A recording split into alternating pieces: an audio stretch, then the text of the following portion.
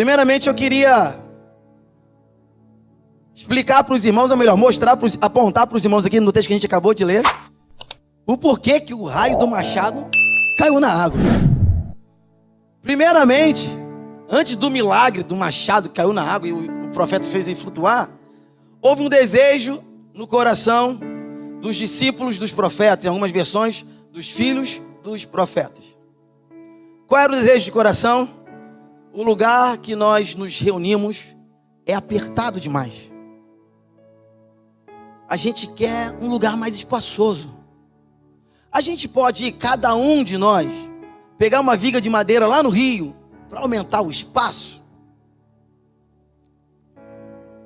O que me chama a atenção aqui é o desejo de expansão que nasce nos filhos dos profetas, ou nos discípulos dos profetas, do profeta. Hoje em dia a gente vê, muitas vezes, os pastores incentivando o rebanho ao entendimento do crescimento. Quando, na verdade, esse crescimento não tem que estar no coração do pastor, mas de todos nós. Os discípulos sentiram o desejo do crescimento. Quando você não tem o desejo do crescimento, você entra naquela situação que o apóstolo Paulo fala em Romanos: nós não podemos nos conformar com esse mundo.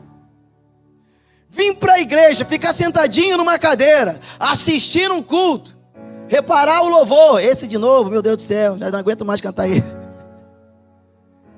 Ficar reparando a retórica do pregador, esse é animadinho, esse é mais devagar de hoje. Isso não traz desejo de crescimento em ninguém.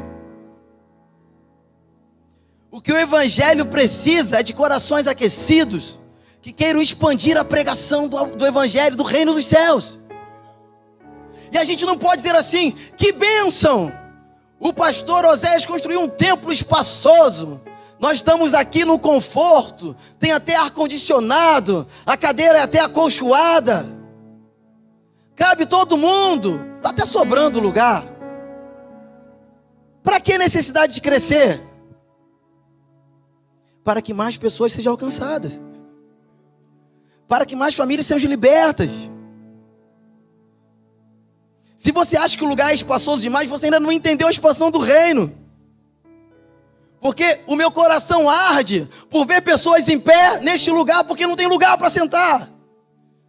Meu coração arde em ver o pastor Oséias botar os obreiros de cabelo em pé, dizendo que vai ter 3 cultos cada domingo. Tem que fazer mais culto, porque num culto só não dá. Mas quando os corações se conformam, não dói no coração de ninguém chegar aqui, pastor, numa terça-feira e ver 20 pessoas num templo desse tamanho. Algo tem que acontecer aqui em nós. A gente tem que ser os filhos do profeta, que fala: a gente precisa fazer um lugar maior. E o lugar de adoração não são essas paredes, o lugar de adoração são os nossos corações. A gente precisa de mais gente, a gente precisa lotar essa casa, a gente precisa lotar outras casas. Expansão missionária. Quando Deus gera Israel, o povo sacerdotal, Deus fez um projeto para um povo, templo, sacerdócio, que abençoava um povo, para aquele povo seria luzeiro para as nações. Mas o profeta Joel profetizou: nos últimos dias o Espírito será derramado sobre toda a carne. E agora o projeto é maior. O projeto é para toda a carne. Agora vós sois sacerdócio real, nação santa, povo adquirido. Agora é todo mundo sendo sacerdote do Senhor. A casa tem que aumentar, o desejo tem que aumentar, o chamado tem que fazer valer a pena. Ô profeta, nós queremos um lugar maior. A gente pode ir lá no Rio? Eu achei bacana isso. Nos dias de hoje alguém falaria: pastor, a gente tem que fazer uns projetos bons aí, né, pastor? Vê aí como é que tá aí, ó. Condição da igreja aí, pastor? A gente está precisando aumentar isso aí. Aqui eles não pediram para o profeta se virar não. Aqui eles falam assim, a gente quer ir lá no rio e cada um buscar a sua viga. Para quem não sabe, naquela época muitas construções eram feitas de madeira. Por isso que se cada um dos filhos dos profetas, a gente não sabe o número porque a Bíblia não diz, fosse lá no rio e pegasse uma tora de madeira, eles poderiam construir um lugar maior. Então o que eu entendi aqui, que cada um tinha que fazer a sua... Nossa, está decorado na boca do povo. Eu gosto que o povo sabe. Né? Às vezes não faz, mas sabe. E quando a coisa chega na tua mão, tu não faz, sinto muito. Você está sendo negligente. Tudo que chegar nas tuas mãos, faça conforme as tuas forças. Deus está estreitando o negócio hoje para você aqui. Você agora precisa se sentir incomodado. Se você é uma pessoa que é apenas espectador do reino dos céus, Deus quer que você seja participante. Deus quer que você faça um pouquinho mais além. E essa representatividade aqui de ir no rio, buscar uma viga, pode representar muitas coisas, irmãos. A sua parte pode ser vir para o lugar de reunião e trazer alguém com você, um visitante. Procurar o seu líder de célula, fazer a célula crescer para essa célula multiplicar logo. A sua parte pode ser dobrar a sua contribuição, a sua devoção. Eu ganho tanto por mês, geralmente eu, contribuo 10%. Eu quero fazer um propósito com Deus, eu vou contribuir com 20%. Eu vou contribuir com 30%. Entenda uma coisa. Aqui não é pregação de trízimo. Porque se você der 3 vezes, Deus vai te dar 3 vezes mais. Não. Aqui é generosidade. Aqui é contribuição porque eu creio que a expansão será maior. Eu preciso fazer a minha parte. Botar na conta do pastor é a parte mais fácil. É como diz aquele velho exemplo, né? Café da manhã maravilhoso. Ovos com bacon. A galinha botou o ovo, continua sendo galinha. O porco largou o couro dele lá.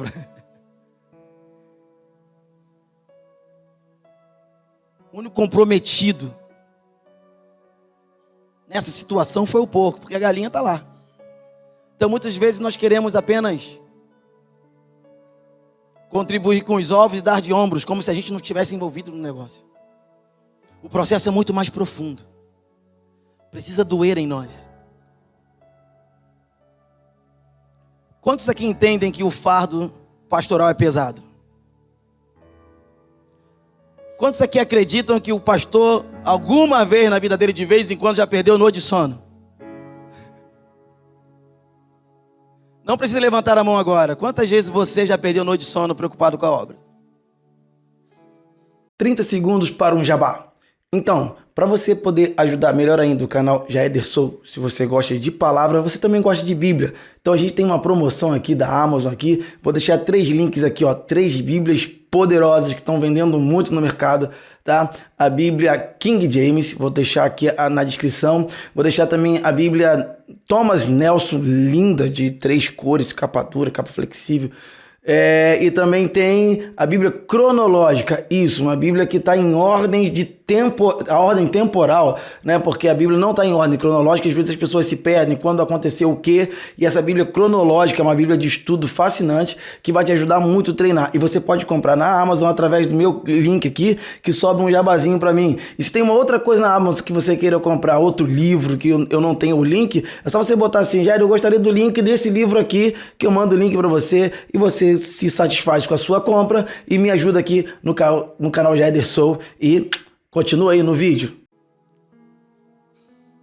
Quantas vezes você ficou triste porque um projeto não deu certo? Como ficou o teu coração quando chega um relatório negativo sobre um membro que se perdeu, sobre uma congregação que está em crise? Se isso não lhe pesa, é porque você não está envolvido o suficiente. Eu estava aqui na terça-feira que fizemos uma homenagem no aniversário do pastor.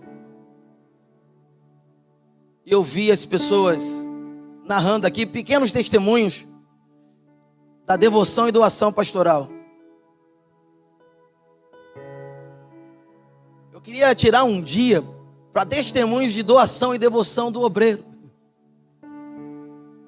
do membro que se preocupou, que se doou, que veio, que buscou. Porque eu vou dizer uma coisa com você: a partir do momento que você começar a se envolver com a obra, eu tenho uma péssima notícia para você: provavelmente vai acontecer um acidente.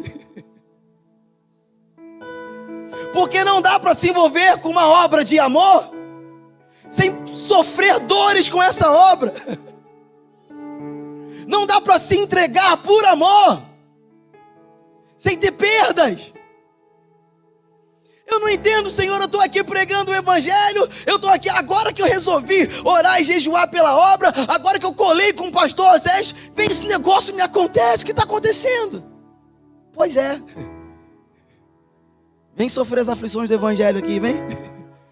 Foi o que o apóstolo Paulo falou para Timóteo: vem sofrer as aflições do evangelho, porque aqui não é molezinha não. Mas o que você não sabe, que depois do sofrimento, do acidente, o nosso trabalho gera vida. Quando a gente está cabisbaixo, quase desistindo, quase entregando os pontos, vem alguém, te liga e fala: pastor, obrigado, eu saí do vício. Pastor, obrigado, meu filho voltou para casa. Pastor, obrigado, a gente reatou o casamento, pastor. E com lágrimas a gente colhe o que a gente planta. Estar envolvido na obra do Cristo ressurreto não é fácil não. Vai acontecer acidente, vai acontecer problemas. O apóstolo Paulo achou bacana quando botaram uma fogueira para os náufragos se esquentarem, para não morrer de hipotermia. O apóstolo Paulo falou: também vou botar meus gravetos na fogueira. Quando ele foi na mata pegar o graveto, ele foi picado por uma víbora. Impressionante. A gente está fazendo a obra e aparece víboras. Segura essa. Tiago vai dizer que a língua pode ser um problema tão grande quanto o veneno de peçonha. A gente está fazendo a obra e tem alguém com uma língua maligna, maledicente, para tentar parar você. Ou você acha que você vai pegar no batente, pegar no arado e o diabo vai ficar batendo palmas? Que legal, hein? Pô, agora eles estão firmes. Que bom. A gente sofre ataques. Foi na decisão de pegar a madeira que os filhos dos profetas, que não eram lenhadores, não tinham muita intimidade com o machado, deixou o ferro soltar do cabo. Pois é, pastor, muitas vezes a obra começa assim, com pessoas que não têm intimidade com o machado. Eu já fui em lugares que eu trabalho com música. Eu já fui ajudar pastores a levantar o ministério de música, em que quem estava dirigindo o ministério de música era uma dançarina que não sabia cantar. Falei: qual é o teu ministério? É de dança. O que você está fazendo com o microfone na mão? Não tem outro. Eu lembrei, é o filho do profeta que não é lenhador, que pegou o machado. Vai dar ruim. Às vezes, por não ter pessoas que têm o domínio da situação. Às vezes você ri quando você abre o Instagram e vê um cartaz muito horrível, anunciando a vigília de uma igreja. É porque naquela igreja não tem ninguém que sabe mexer com o Photoshop. O garoto se mete lá no Canva lá e dá o jeito dele. Um recorte muito mal feito, umas fotos tortas. O machado na mão de um cara que não é lenhador vai dar ruim.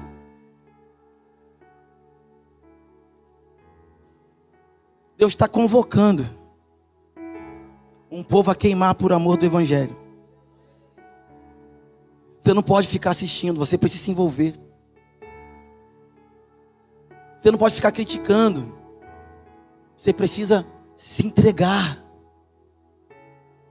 Não sabe o que fazer, faz um curso. Eu já ouvi em várias igrejas que eu ministro, que eu vou dar aula, que eu vou ensinar. Ah, pastor, o som aqui nessa igreja é um problema.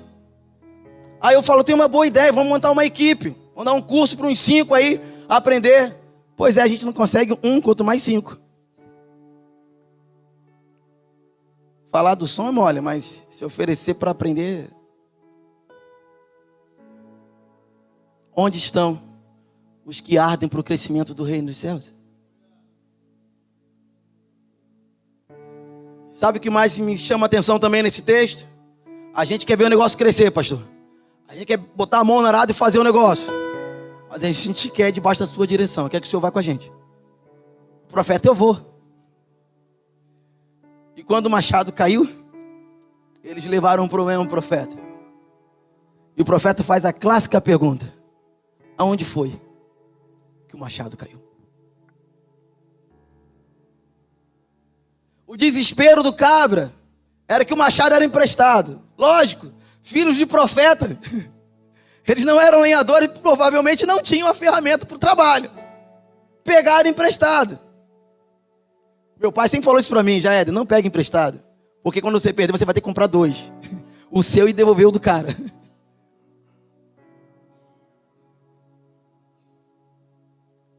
E o profeta pergunta aonde caiu o machado. Qual foi o momento da sua decepção?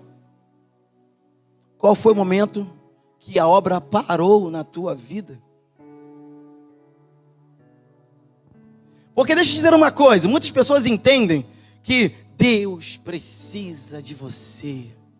Se você não vier, Deus vai ficar depressivo. Eu fico imaginando Deus lá em cima, ô arcanjo, traz um Rivotril para mim.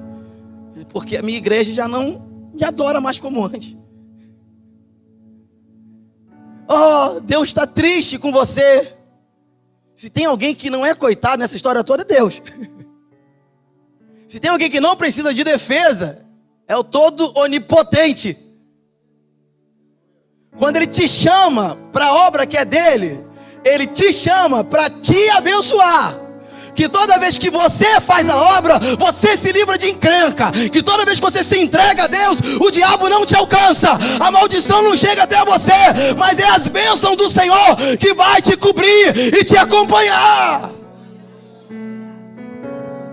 Passar por crises, Lucas, com Deus é muito diferente do que passar a crise sem Deus. O que seria dessa história se o profeta não estivesse lá? O que seria de nós sem a presença de Deus? Eu fugi do meu chamado. Quanto mais eu fugia do meu chamado, mais encrenca eu me metia. Até o dia que eu falei, tá bom, Senhor, não me responsabiliza. Tem certeza que você vai me dar um microfone para eu falar? Desde o momento que eu assumi o chamado de Deus na minha vida, eu passo por lutas, provações, perseguições, mas não se compara com a glória que se revela sobre a minha vida. Não se compara com testemunhos. Eu poderia passar a noite toda aqui, vocês iam cansar de ouvir o que Deus faz na minha vida, porque eu me dispus a estar aqui.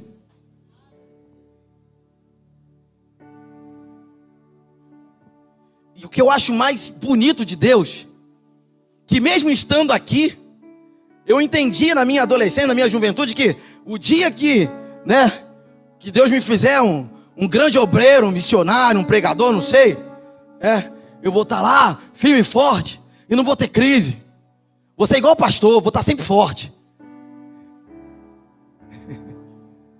Meu Deus. porque os pastores enganam a gente, mano. Olha o pastor Zé, sempre rindo lá. A carinhazinha dele, de vitorioso. Não sabe de nada, inocente. A gente passa por crise.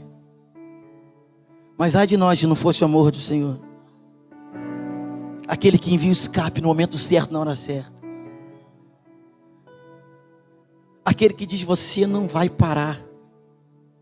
Porque eu te sustento com a minha destra. A crise pode ser gigante, mas nunca vai ser maior que a mão do teu Deus. E quando eles disseram, minha crise foi aqui. Minha dificuldade foi aqui. Foi naquela palavra, foi naquele momento. Sabe? Foi naquele dia. Foi aqui, ó. Que tudo começou a dar ruim. O profeta vai, pega uma madeira e joga na direção do lugar que caiu o ferro. Todo mundo sabe aqui, lei da física, madeira atrai ferro. Amém, irmãos? Não? Ai, gente.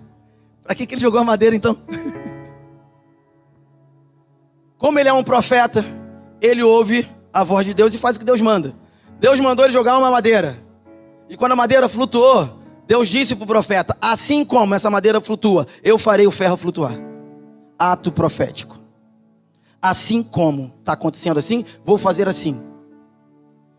Se você quer vir de Bíblia, vamos de Bíblia. Paulo se reúne com os seus discípulos, com os seus amigos, e Ágabo amarra ele e fala assim, olha, vai acontecer isso com esse homem se ele for para Jerusalém. Assim como ele está amarrado aqui, ele vai ser preso em Roma. Se ele for para Roma, ele vai ser preso lá. Assim como, isso aqui, ato profético. Amarraram ele com roupa, mas ele ficou preso em cadeias. Se eu te mostrar ato profético na Bíblia, vou passar a noite toda aqui. Porque tem gente que não acredita que Isaías andou 3 anos pelado.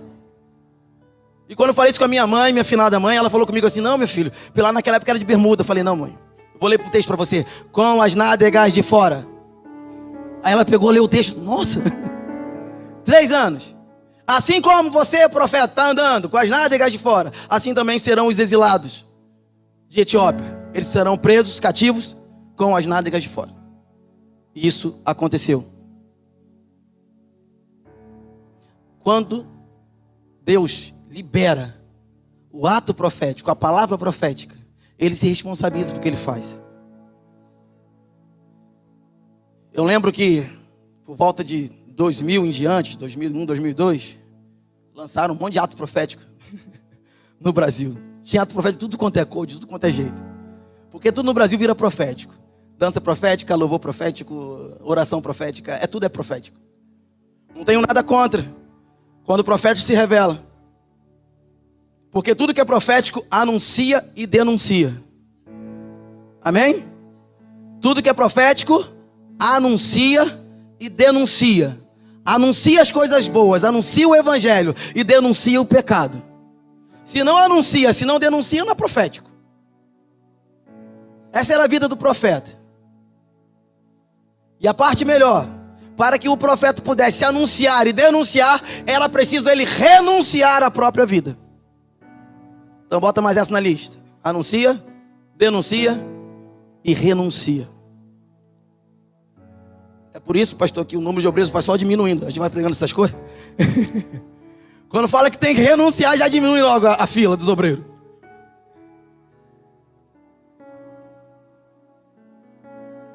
O machado flutuou. Assim como aquela madeira flutuava. E Jesus falou, eis que vos envio como ovelhas no meio de covil de lobos. Por isso, sejais simples como as pombas e prudentes como as serpentes, para pregar o ano aceitável do Senhor.